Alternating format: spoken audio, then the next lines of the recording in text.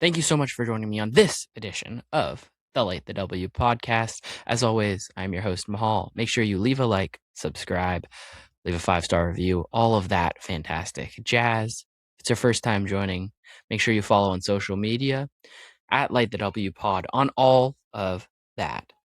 Twitter, Instagram, TikTok, we're active on all of those. So, without further ado, let's sound the horn and get into this episode. The pitch from Acevedo. Swung on and lined down the left field line for a base hit. Fly ball, gap, right center field. And Double him up at second.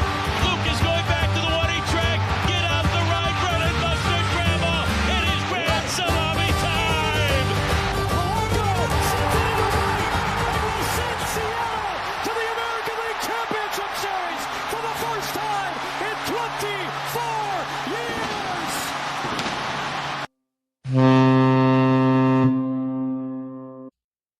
Good morning. Happy Tuesday, Mariners fans. 2 episodes in 2 days for us. This is episode 117. And it's 2 episodes in 2 days because the Mariners made a big and significant move. What is today while I'm recording this, but yesterday when you're very likely listening to this. I'm recording this Monday, February 2nd, time of recording 7:30 p.m. And we recorded just 4 or 5 hours ago talking about the newest Mariner, Brendan Donovan.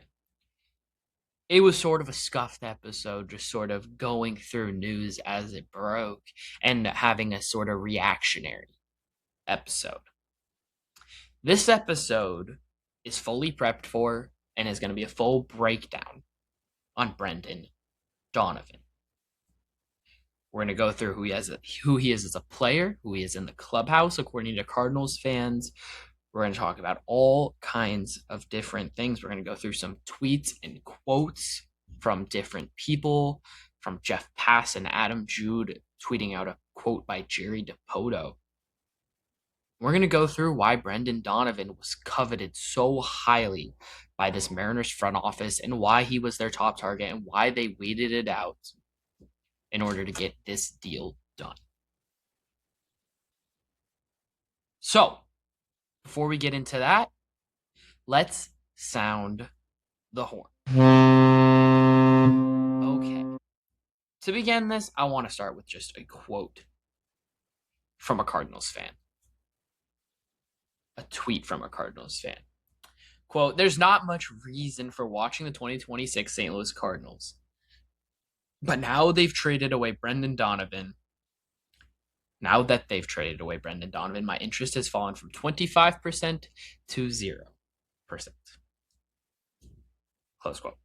Brendan Donovan is beloved by Cardinals fans for who he is on the field, who he is off the field, all of these different things.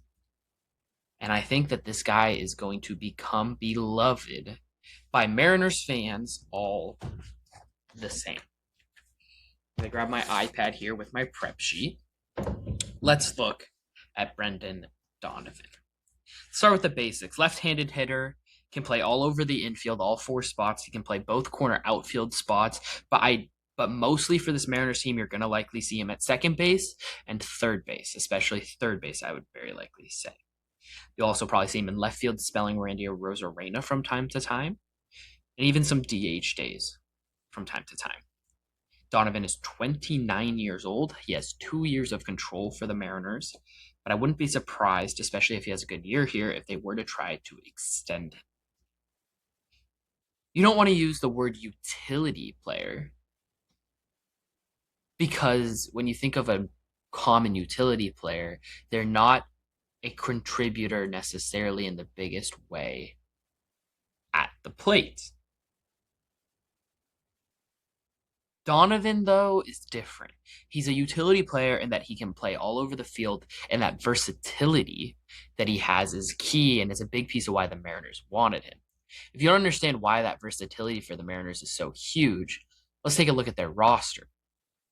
You talk about heading into today, before Donovan was traded for, it was Ben Williams and Colt Emerson at third base, Cole Young second base. You have the whole outfield situation going on at right field and DH. And those guys are Robles, Rayleigh, Canzone, Refsnyder. And Canzone and Refsnyder are probably the two biggest I believe in personally. As you know, we're the Dom Canzone Stand podcast. So you had a weird fit for a pure position player because at this point right now, the Mariners roster, they want to be able to give young guys an opportunity, but trying to build off of a division championship, an ALCS trip, and a trip to the game 7 of the ALCS where you were up in what was, I think, the 7th inning. Correct me if I'm wrong. You were up in the 7th inning of game 7 of the ALCS. Furthest this team has ever made it. So it's difficult to build on that while also giving time and runway for young players. The versatility of Donovan allows for that, and it's a big reason why Seattle wanted Donovan more than anyone else on the market. The other piece is you think about Josh Naylor and stuff that he brings to this Mariners team. Not just his bat, not just the ability to play first day in, day out, but Josh Naylor brings stuff to the clubhouse. He's a leader, and we saw that over the weekend at FanFest, him trying to rally guys to go to the Super Bowl together, him having a Mariners team group chat. He's a leader in that clubhouse.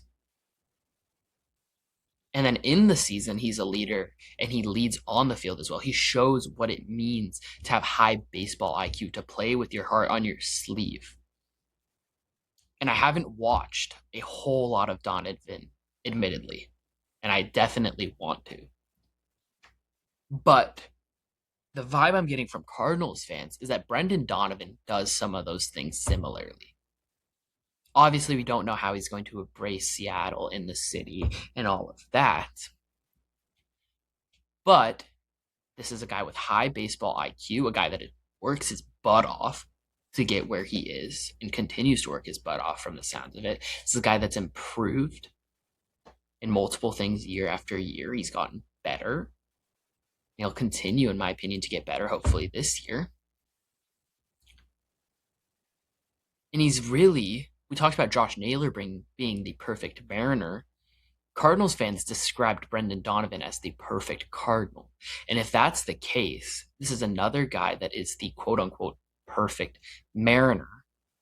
And bringing in more of those guys is good for the roster, it's good for the clubhouse, and it's just good for the organization as a whole.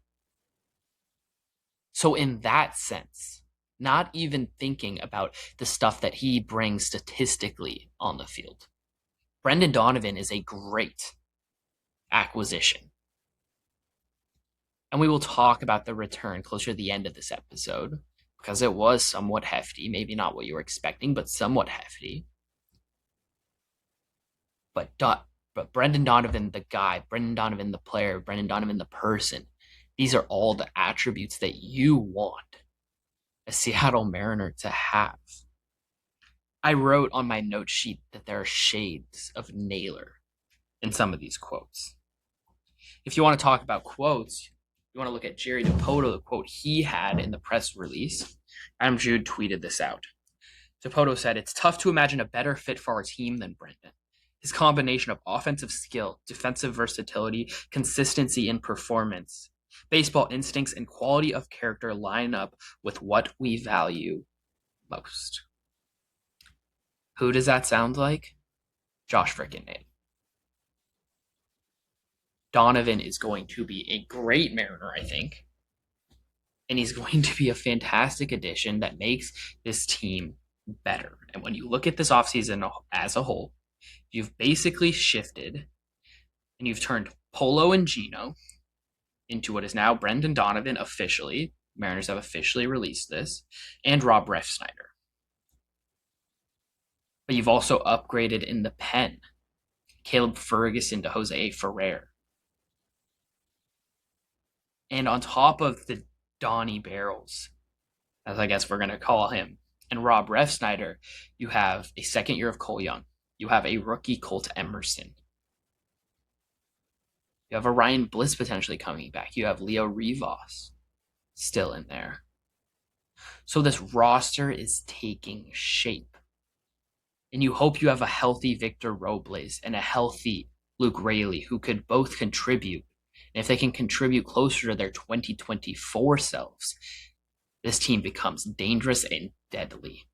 Because as soon as this lineup gets deeper and longer, and you talk about the bottom of the lineup being able to contribute in a bigger way, this team is going to be feared by many. I saw a Blue Jays fan talking on Twitter about how the bottom of the Mariners lineup is weak and how that's the area that they think the Blue Jays are a better team than the Mariners.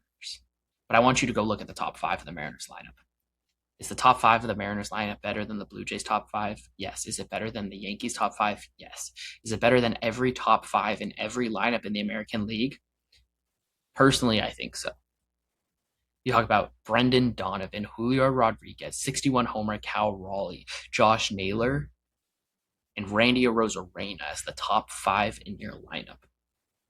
That's dangerous. And then you have the upside of Dom Canzone, the upside of Cole Young, Colt Emerson. You have the steady force that is J.P. Crawford, and as not the biggest fan of him, he still is a nice piece at the bottom of that lineup.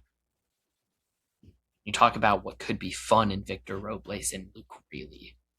2 guys that were really big contributors, good bats in 2024. One of those guys clicks, and this lineup could do some dangerous, dangerous things. We're not 10 minutes in, so let's get into Brendan Donovan a little bit more. Who is he statistically? Who is he as a hitter? We talked about who he is in the clubhouse, who he is as a person, but who is he as a hitter? Well, he's consistent, to say the least. We're going to look at 2 different stats alongside how many games played for every year of his career. 2022 was his rookie year. He played 126 games, posted 2.6 wins on Fangraphs, and a 127 WRC+.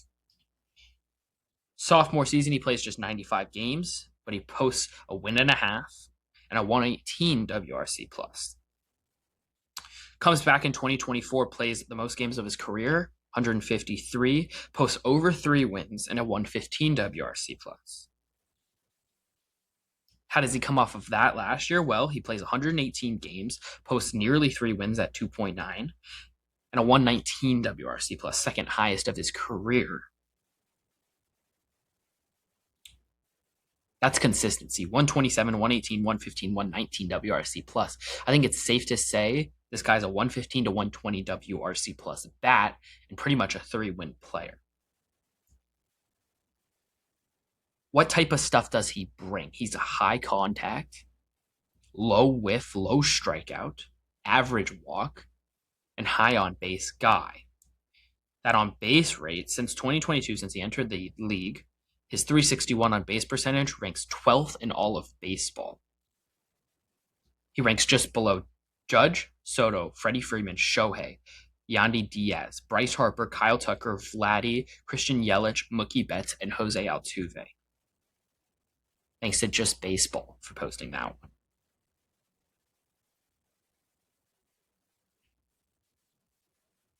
Left-handed hitter that is unique in this Mariners lineup.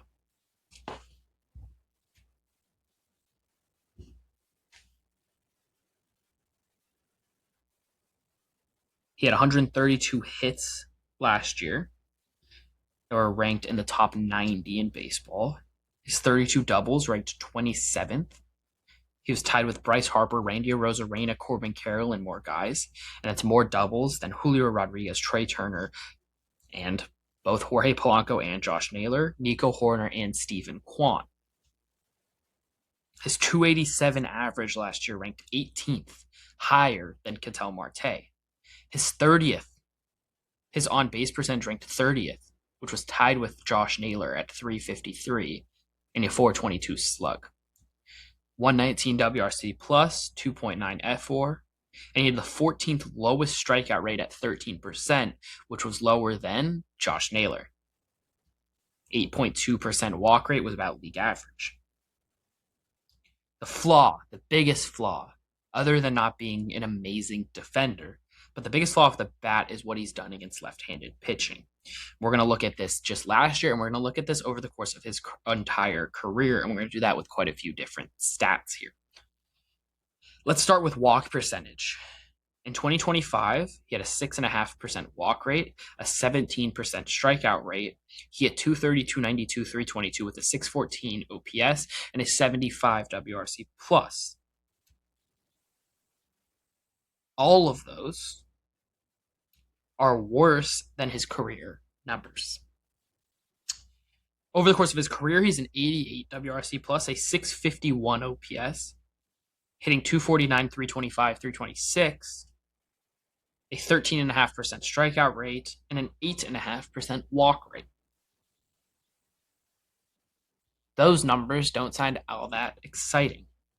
And they are below average, and they're not supposed to be exciting. It'll be interesting to see how the Mariners maneuver facing left-handed pitching, especially with him likely leading off for this team. But what he does against right-handed pitching is a lot of fun.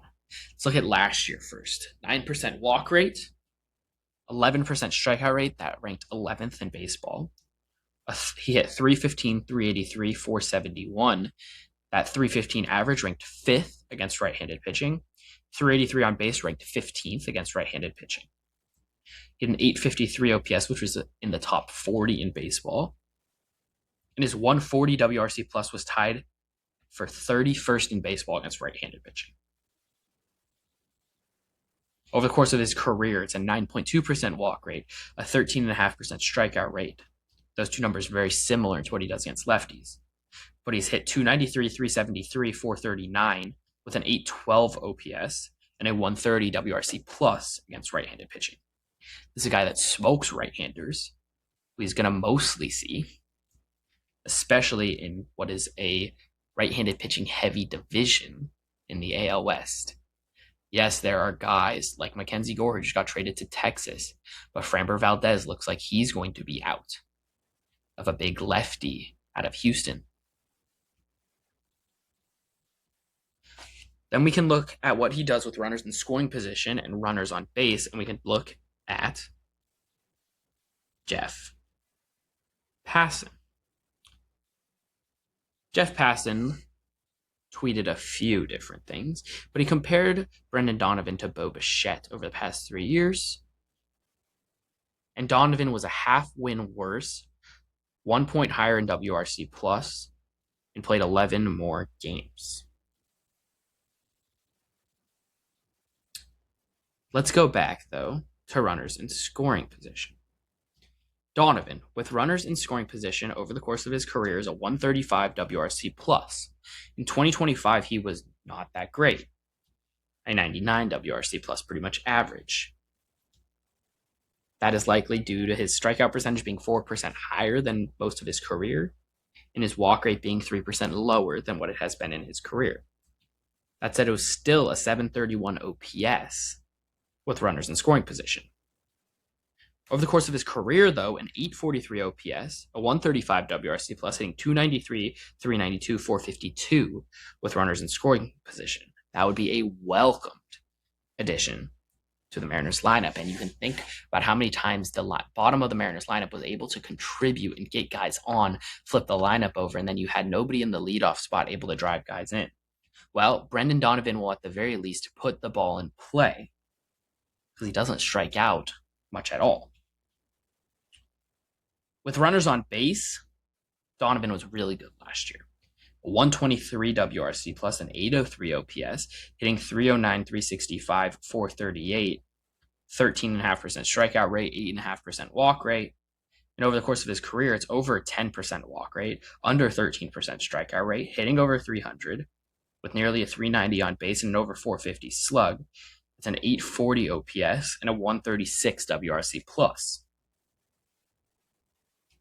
This is a guy, again, he puts the ball in play. He's going to pressure the defense to make plays. And that in what is a Mariners lineup that historically has a lot of whiff, has a lot of chase, has a lot of swing and miss, and especially does at the top of the lineup. Well, this offseason has allowed the Mariners to offset that a little bit. You talk about Brendan Donovan. You talk about Josh Naylor. These are two guys that are going to hit both in the top 4 in your lineup that are low strikeout rates. You add that to Cal Raleigh, Julio Rodriguez, and Randy Rosarena, who all have high chase, high whiff, high strikeout rates. Well, it balances that out, and that's something that this Mariners lineup has desperately been needing for the past 3-4 years. Another thing I looked at was how he did in different spots in the lineup. Specifically, I wanted to look at what he's done in the leadoff spot because that's very likely where he's going to be. Last year, he was just a 100 WRC plus in the leadoff spot. He was best and saw the most time hitting third in the lineup, where it was a 130 WRC plus. That said, he played 53 games, 236 plate appearances leading off, 57 games, 250 plate appearances in the third spot. So you're very likely going to see him lead off, and that's what he did for most of the second half of last year. Over the course of his career hitting leadoff, 730 at-bats, that's by far the most compared to any other spot in the lineup. It's a 14.5% strikeout rate, a 7.9% walk rate, hitting with a 732 OPS, a 334 on base, and a 106 WRC plus. I then went to look at his Baseball Savant page. So what is this guy good at? Well, he's elite at limiting whiff and limiting strikeouts, as I've already mentioned. 95th percentile in whiff rate, 92nd in K rate.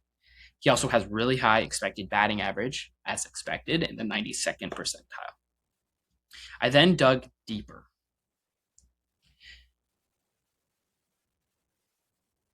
In terms of line drive rate of the fly balls that he hits, his 28% line drive rate was the highest of his career, is 4% above league average. That's why he gets singles. That's why he hits doubles.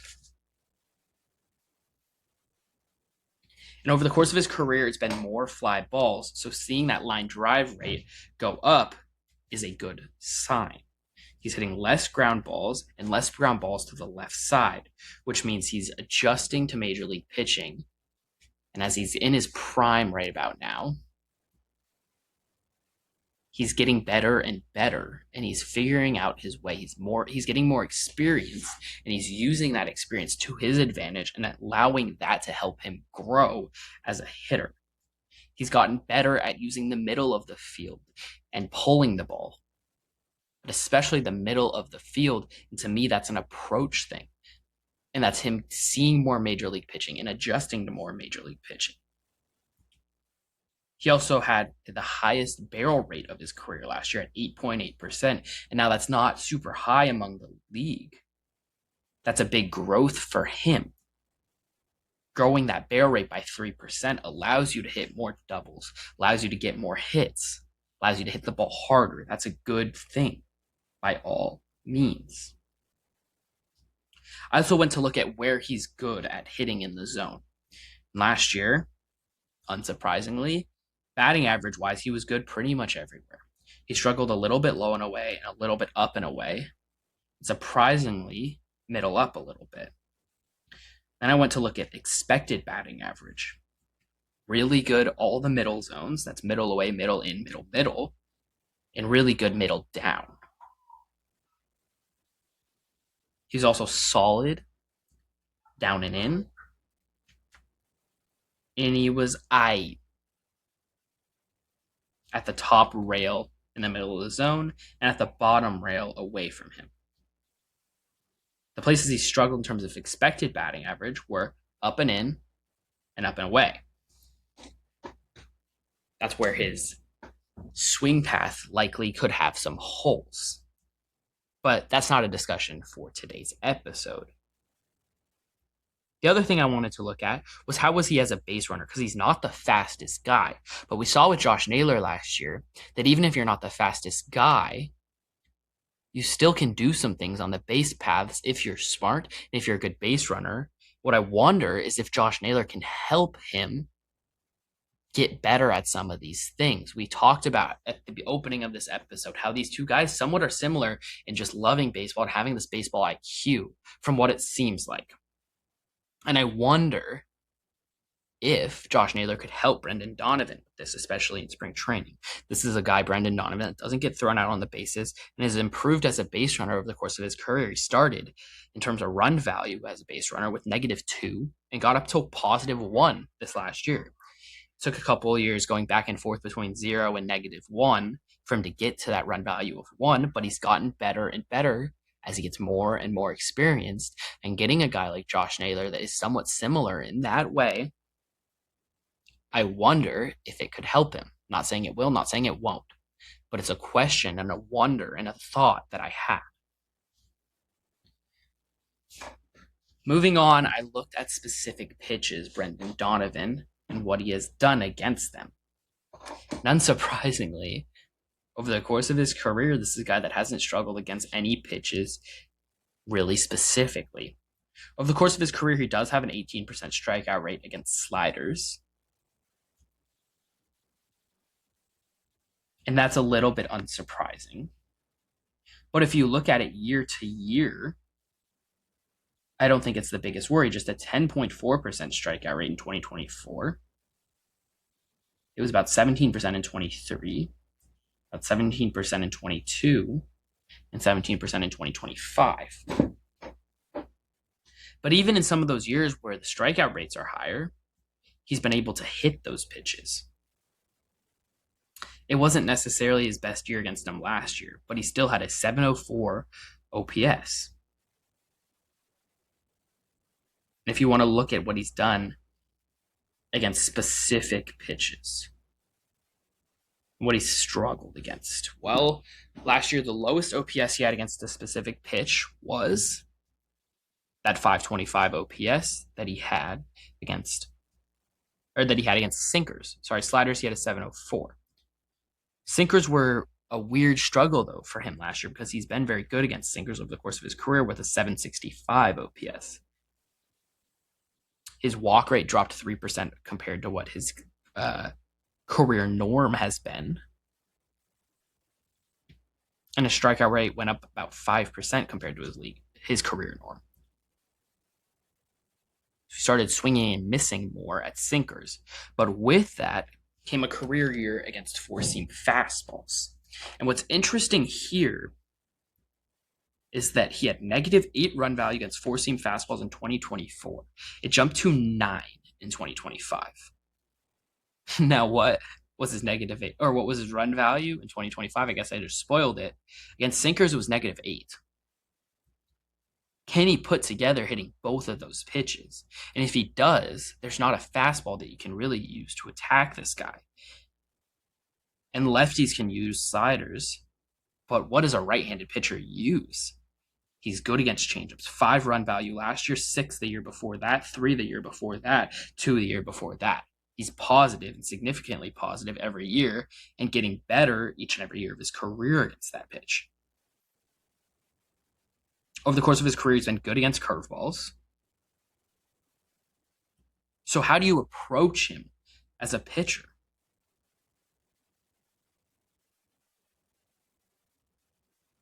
That's the question I have. Over the course of his career, you look at WRC plus against specific pitches. 142 against four-seam fastballs, 112 against sliders, 126 against sinkers, 144 against changeups, 115 against cutters, and then below average against curveballs, splitters, knuckle curves. But the pitches that he sees most, the 5 pitches he sees most, he's above average and kind of significantly above average against all of them. And sinkers, changeups, four-seamers are the pitches he hits the best over the course of his career. Brendan Donovan, I think, is going to be a great acquisition. Another Cardinals fan tweeted, Brendan Donovan is legitimately effing awesome, and the organization is worse off for not having him be a part of it. That's usually the kind of character and makeup that doesn't grow on trees, which says nothing of his skills. Even with an appropriate return, it's a bummer day. Cardinals fans are sad to see this guy go. We will welcome him with open eyes. Open eyes, open arms. Another one said he was never a top prospect. Not strong like Judge, fast like Victor Scott, but he's a hell of a ball player who's good in his role and has an IQ higher than most players. I gotta say, the more I dig into this guy, the more excited I get. And what he does against left-handed pitching is a worry. And it is a fear. But that's not what today's about. Today's about excitement for Brendan Donovan and looking forward to having him at the top of the lineup as a true leadoff hitter. So put the ball in play, get on base, and do all the things it takes to be a leadoff hitter, set the table for two of the best hitters in baseball in Cal Raleigh and Julio Rodriguez. It is a fun lineup. It is going to be a fun year, and I gotta tell you, it's Super Bowl week. You can see my Seahawks hat on, and I'm consuming a lot of Seahawks content over the past month.